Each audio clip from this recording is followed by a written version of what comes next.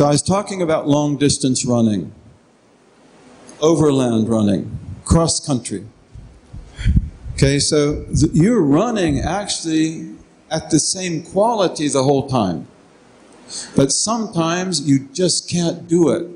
What if you're running through the mud and it's holding your feet? What if you're running through the sand on the beach and the sand, you can't really get traction? So this is the way our life is too.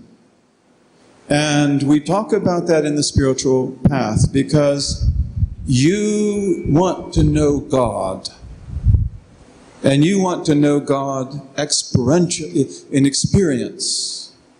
And God has 99 beautiful names. They're all beautiful.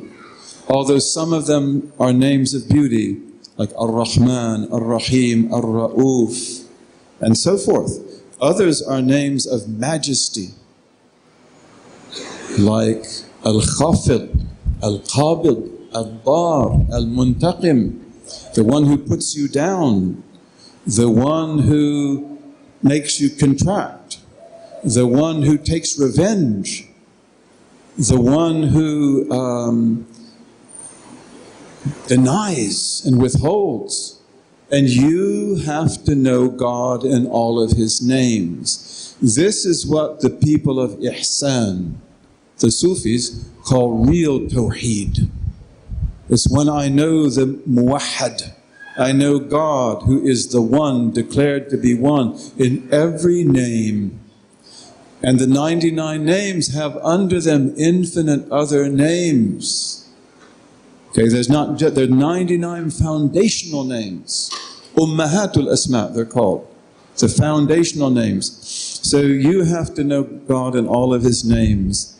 And sometimes that slows you down to the point that you can't even run. Sometimes you may fall to the ground. And the main thing, runner, is get back up. Get going again. Keep going. And in all of this, you are getting stronger and stronger and stronger. And this is why on the spiritual path, be careful about evaluating yourself. You say, I'm not spiritual anymore. Well, maybe you don't know. Because spirituality is not just feel good. And the biggest spiritual breakthroughs come in the greatest difficulty. And we have stories of saints who were in the most difficult situations thinkable, and yet they attained the greatest bliss in that state. One of the Salaf, and I don't remember who he was, and I don't remember if he was a companion or a successor. Maybe some of you will remind me. But at the end of his life, he was in extreme pain, and he was bedridden. And he couldn't move, and everything that he did was painful. And the people who loved him were around the bed, and they were sometimes crying. They're like, we can't stand to see you in this state. And essentially he told them, please be quiet, because you don't know my state. I am now in a spiritual state that is unlike anything I ever had before. It's like the angels are coming to me and tending to me. So be careful about judging yourself, and never judge yourself in a way that breaks your heart. We all make mistakes, and we all falter. And don't think this person who has a big turban is any different from you in that. We all falter. Sometimes that faltering may go on for 5 to 10 years, even though you were sincere and you were devoted and you were doing everything you could do, and then it's just over. You're down, you're out. You begin to think thoughts you never thought before. You begin to think that I'm a hypocrite. I was always a hypocrite. Okay, and we call that fatra. We call it zalla. This is an interval.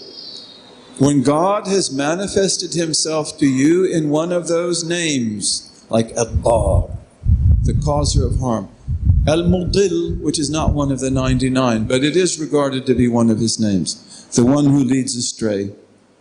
Okay, you need to know him in that name too, so that you know him in all of his names. And so in the end, you will be like a mountain.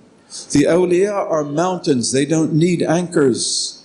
Mountains don't need anchors, but that's because they've gone through all of these different tests. And this is why your spiritual guide, I remember, I've been through times like that. People who know me, they know a little bit about that. I remember I had a great shaykh, whose name was Shadli. He's still alive. Shadli is one of the great sheikhs of the Yemen. Many of you know about him. The Ba'alawis will know about him. He's the one who has special dua for coffee. Okay? And this man's named Shadli. He's from Ahlul Bayt. He's from Eritrea, from East Africa. His name is Shatrab, Muhammad Umar. But he was an amazing man. And I knew him, I've known him now for years. But I remember I came to him at a time when I was really down. And I even told him that, it's like I've always been a hypocrite. And he looked at me and he laughed. And he said, you didn't create yourself. You didn't create yourself. And again, it's like, this is okay. And in fact, when you come out of that, then gifts are given to you that you maybe would have never been able to get before. So keep running, brother and sister. Stay in the marathon, even if you have to walk, even if you have to crawl in the end.